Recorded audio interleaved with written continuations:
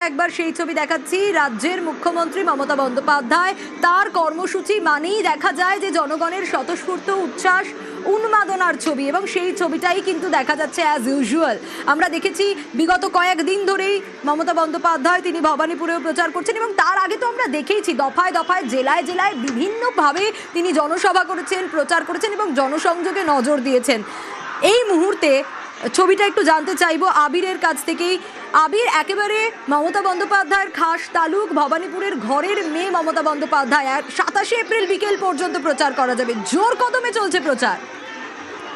একেবারেই তাই, জোর কদমে প্রচার চলছে। এবং তোমাকে শুরুতেই বলছিলাম, যেহেতু এবারে তৃণমূল কংগ্রেস ভবানীপুরে তাদের প্রচার করার ক্ষেত্রে বা লড়াইয়ের ক্ষেত্রে বারবার ধরে উল্লেখই করেছিলেন যে ঘরের মেয়ে তাদের হয়ে এখানে প্রার্থী, ফলে সেই ঘরের মেয়ে ইমেজকেই কাজে লাগাতে চাইছে হচ্ছে তৃণমূল কংগ্রেস।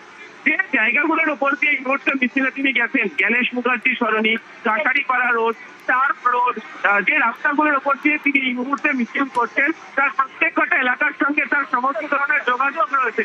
তিনি এলাকাগুলি সম্পর্কে ভীষণ রকম ভাবে অবহিত রয়েছেন এবং তিনি জানেন এখানকার প্রায় বাড়ি বাড়ি বিভিন্ন মানুষের সঙ্গে তার পরিচয় রয়েছে, এবং সেই যে তার যে আলাপ, তার যে এখানকার প্রত্যেক দিনকার যে সংযোগ, এই মুহূর্তে বিজয় বসু রোডে তার মিছিল রয়েছে, সেখানে তিনি ছেড়ে নিচ্ছেন।